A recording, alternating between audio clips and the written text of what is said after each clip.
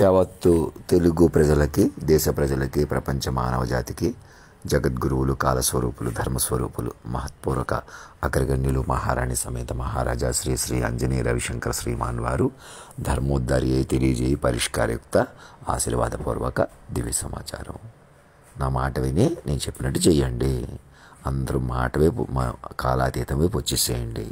ప్రతి అమ్మాయి, అబ్బాయి, ఆడ, మగ, ప్రతి ఊళ్ళో మీరు తలుచుకుంటే మన పోలీసుల దగ్గర ఉన్న నెట్వర్క్ని మీరు అలా ఉపయోగించుకోండి. మీరు అందరూ నా పిల్లలు.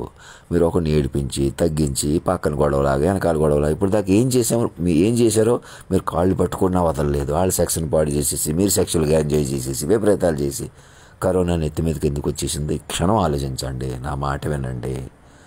నేను చచ్చిపోయాను అనుకుని ఫోటో పెట్టేసుకోండి. 10 రోజుల్లో చూస్తారు నన్ను.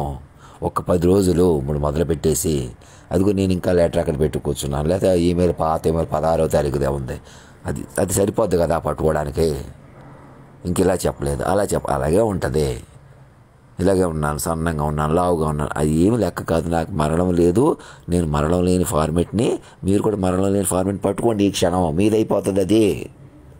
అలా కాదు, ఇప్పుడు నువ్వు మా మధ్యలో ఉన్నావు, నువ్వు ఇప్పుడు కూడా నిన్ను వెనక పట్టుకోవడం వల్ల మేము 10 రకాలకు బతుకుతున్నాం, తమాషా చేస్తున్నాం. ఆ వెంకయ్య నాయుడు గారు అలాగే ఉండమన్నారు. సిట్టింగ్ జడ్జిలు, పోలీసులు సరెండర్ అయిపోవడం అయితే మాకు వద్దు.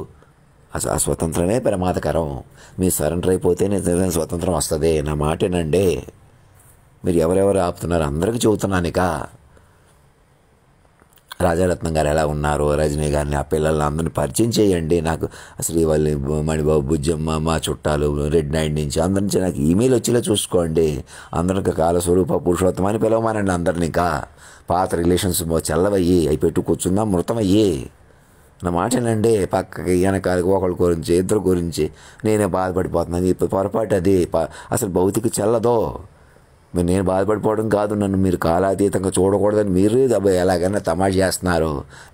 నేను చిన్నదానికి ఇబ్బంది పడినట్టుగా నటించడం, ప్రవర్తించడం అంటే ఒకటే, నన్ను కాలాతీతంగా పట్టుకోకపోవడం వల్ల.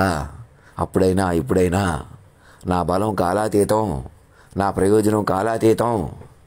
నన్ను మనిషిగా చూడకూడదు. నేను గబుకొని చచ్చిపోయినా మీరు కాలాతీతంగా పట్టుకొని చెప్పేసుకోవాలి, వినేసేయాలా. నా మాటేనండి. పోలీసుల్లోనే ఉన్నారా, మీడియాలో ఉన్నారా, గవర్నమెంట్ సిబ్బందిలో ఉన్నారు, ఎవరైనా సరిగా గస్తమాన పోలీసులు అంటున్న పోలీసులు కూడా ఎవరు వ్యక్తులు ఏ ఉద్యోగం పనికిరాదు. అందరూ అధినాయకుడి పిల్లలుగా మారిపోవాలి. మా స్వతంత్రం ఉండాలి, మేము భయపెట్టి బతికేయాలి. అదే పొరపాటు, అదే ప్రమాదకరం. అవును, ప్రమాదకరమే. రెచ్చిపోవడం ఘోర కలి. మీడియాలో అందరూ సరెండర్ అయిపోండి. రామోజీరావు గారి దగ్గర కూర్చోండి, ఫోటో పెట్టేసుకోండి. ఇప్పుడు నా ఫోటో అక్కడ పెట్టాను కదా, అది కాపీ తీసి, ఆ ఫోటో నచ్చలేదు అనకండి. సృష్టి సెలక్షన్ అది. ఏదైనా కాలం నాలో చేరి అమలు, అప్పుడు అమలు కూడా మీకు నచ్చలేదంటే ఏదో కుదురుతుంది. మీకు తెలిసిన మిత్రుడు ఎవరు చచ్చిపోయాడు, నాకు చచ్చిపోవడం కుదరదు, నువ్వు లేచి వచ్చేస్తాడా? అలాగా. నా మాటేనండి. నేను చెప్పినట్టు చేయండి. దేశ అధ్యక్షుడు వాదించి ఫ్యాక్స్ ఇప్పించుకోండి, గవర్నర్ చేత కమిటీ వేయించుకోండి, సాక్షుల ముందుకు పిలవండి, నాకు ఒక ఈమెయిల్ పంపించండి అదే చేత్తో. అసలు రామకృష్ణ చిన్న చేతికి నాకు ఈమెయిల్తో కాంటాక్ట్ అవ్వండి. కూర్చోకండి, వెయిట్ చేయకండి, ఏదోటి చేయకండి. అందరిని కలిపేసేయండి, కానీ ముందుకు తీసుకురండి. నా మాట వినండి. నేను మరణించాను అనుకుని మొదలు పెట్టేసేయండి. 10 రోజుల్లో, 2 రోజుల్లో బొల్లారం, 10 రోజుల్లో రామోజీ ఫిల్మ్ సిటీ ఎక్కడో అలా ముందు కదులుదాం, అలా కదిలిపోదాం, ముందుకెళ్ళిపోదాం. నా మాటేనండి. ధర్మో రక్షతి రక్షత, సత్యమేవ జయతే.